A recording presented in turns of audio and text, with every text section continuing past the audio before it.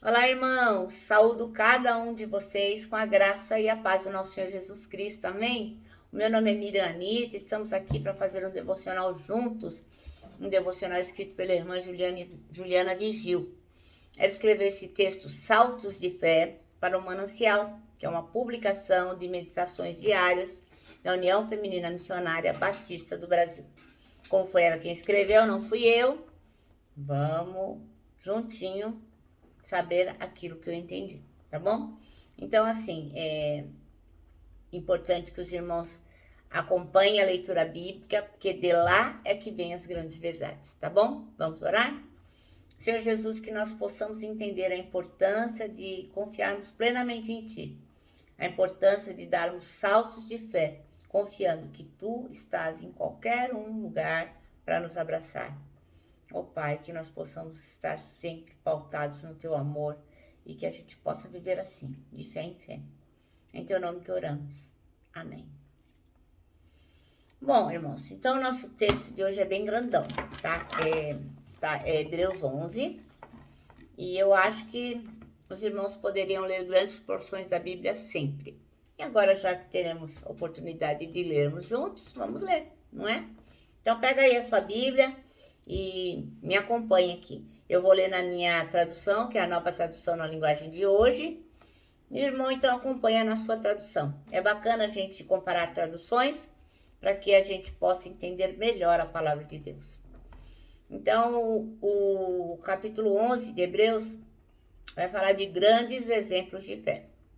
Então, a fé mostra a realidade daquilo que esperamos. Ela nos dá convicção de coisas que não vemos. Pela fé, pessoas em tempos passados obtiveram aprovação. Pela fé, entendemos que todo o universo foi formado pela palavra de Deus. Assim, o que se vê originou-se daquilo que não se vê. Pela fé, Abel apresentou a Deus um sacrifício superior a Caim. Com isso, mostrou que era um homem justo e Deus aprovou suas ofertas. Embora muito esteja morto, ainda fala por meio de seu exemplo. Pela fé, Enoque foi levado para o céu sem ver a morte. Ele desapareceu porque Deus o levou para junto de si.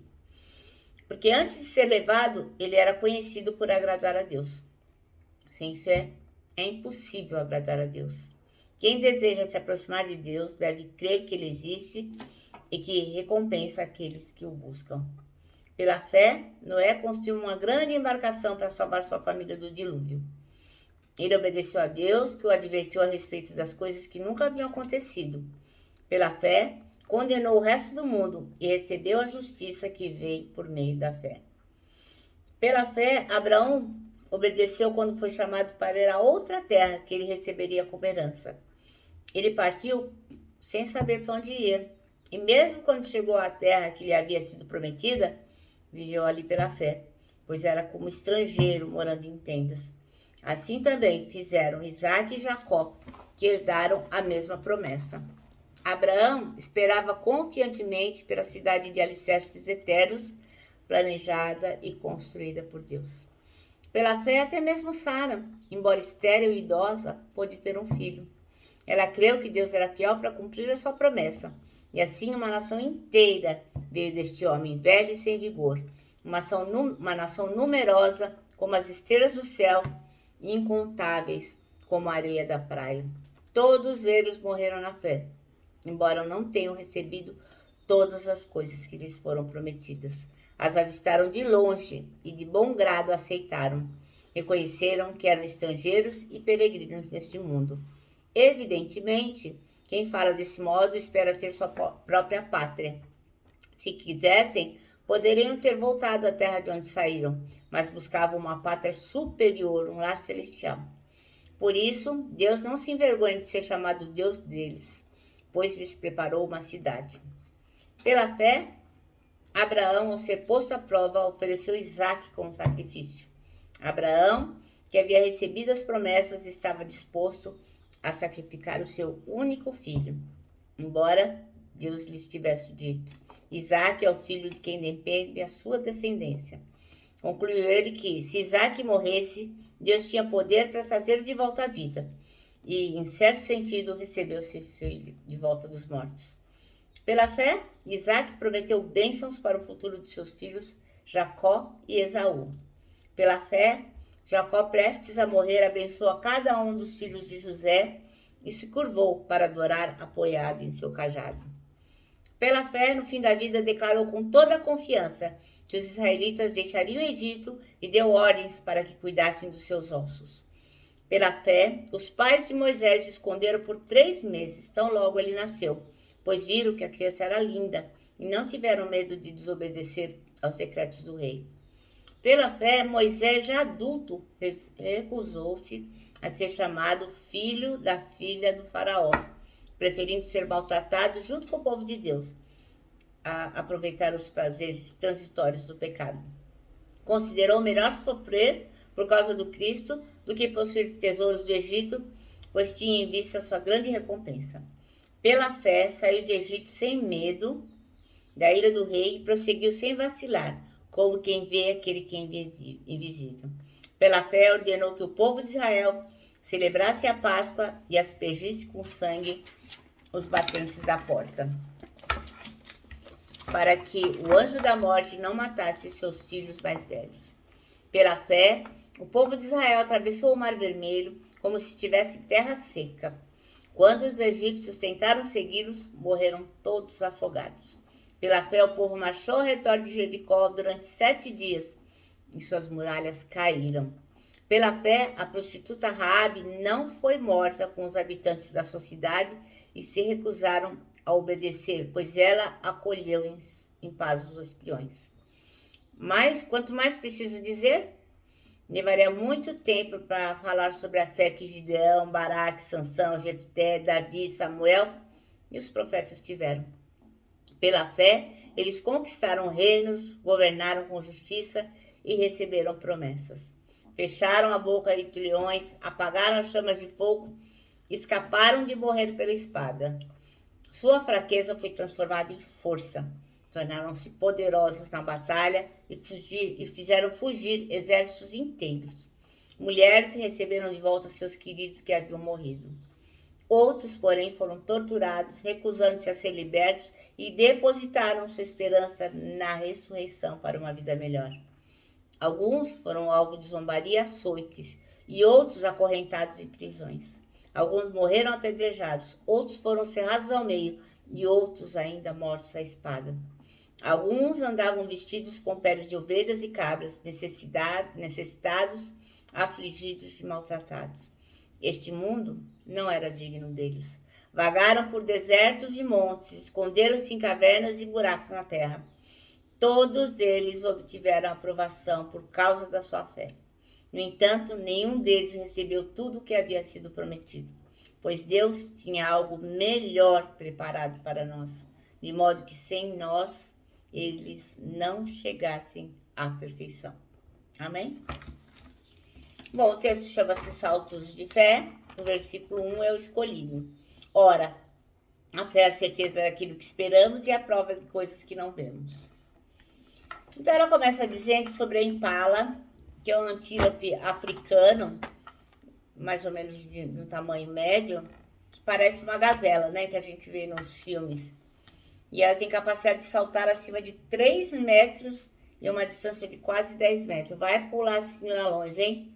Saltar 10 metros de distância e 3 metros de altura é metro pra caramba, né? Bom, na África, em reservas de parques abertos para animais selvagens, ela corre e salta livremente. No entanto, apesar da sua capacidade impressionante de dar saltos, ela pode permanecer fechada em um ambiente com uma parede de apenas 1 metro de altura, como no zoológico. E por que a gazela não solta? Por que o antílope, a impala, não salta? Você deve ter perguntado. Porque a impala não salta quando não consegue visualizar onde cairá. Então, as pessoas, os caçadores pegam a impala, colocam ela no zoológico e colocam ela num quadradinho lá, e ela que tem o poder de pular 3 metros de altura, 10 metros de distância, fica lá naquele quadradinho, só ruminando, e não pula. E não pula por quê? Porque ela só pula onde ela vê. Se ela não vê, ela não pula. Olha que coisa, né? Impressionante. É bem provável que, assim como eu, você também tenha se autopreservado de dar saltos na sua fé e ficado preso nas dúvidas. Então, muitas vezes, eu deixei de fazer alguma coisa porque eu fiquei com medo de que ela não desse certo. Fiquei com medo de dar esse salto na fé. E a gente acaba pecando por causa disso, né? E aí a gente fica preso, amarrado nas dúvidas da gente. Medo e incompreensão, porque não fazia a mínima ideia de onde eles poderiam nos levar. Então, a irmã aqui, Juliana Gil, está dizendo assim, que muitas vezes, por a gente não entender como que vai acabar a história, por não compreender direito, a gente fica com medo e não pula, e não salta, não dá esse salto de fé. Ah, mas a fé é o caminho para a liberdade, né? Se a Impala soubesse disso, já tinha fugido do zoológico. Então, viver esse conceito de forma prática exige que hajamos crendo em Deus e acreditando que Ele diz a verdade quando aponta o caminho, sem que eu precise comprovar o caminho antes. A gente não precisa ser como a Impala, que precisa saber onde vai saltar. Nós só temos que confiar em Deus. É isso que ele está dizendo. Geralmente a gente deseja chegar onde a gente quer chegar o mais rápido possível, né? Eu imagino que José, por exemplo, José do Egito, ele adoraria ter chegado lá como governador antes de ter que passar pelo poço, pela prisão, né? Seria muito mais rápido. Mas a gente esquece que o caminho que nos leva à fé é o ponto mais desafiador. É justamente nesse processo que exige mais resignação, vigor, compromisso, coragem para seguir em frente sem prever o que está adiante. Porque muitas vezes a gente coloca uma coisa na mão de Deus, confia, mas não larga, né? Fala, Deus, aí tá aqui essa coisa para o senhor tomar conta. E aí a gente fica segurando, né? Deus quer pegar e a gente não larga. Eu li uma frase que diz assim, que a fé é um salto para os braços de Deus. A fé é um salto no escuro para os braços de Deus. Então, quem não tem fé, não salta e não é abraçado. Fica só no escuro. Isso é uma grande verdade. Então, dar um salto de fé requer nossa predisposição para seguir o caminho que somente Deus conhece, somente Deus sabe qual é, e somente Deus pode nos fazer chegar lá. Deus conhece e quer que nós chegamos lá. Porque nada que venha de Deus vai falhar. Tudo que o Senhor nos propõe é infalível. Deus, mais do que ninguém, deseja que a gente cresça durante a jornada para que a gente chegue a um lugar muito melhor. Mas se nós não crermos, não dermos este salto de fé, ficaremos ali, ó, no mesmo lugar, amassando barro, sem ter um crescimento espiritual e sem conseguir obter novas conquistas. Amém? Nosso manancial termina assim, hein? A fé é o caminho para a sua liberdade. Eu me despeço aqui com o meu abraço fraternal, com o meu abraço diário de ursa. Lembrando, ó, que 2021, ninguém solta a mão, ninguém. E lógico, né? Com a nossa palavra de ordem que é saudades.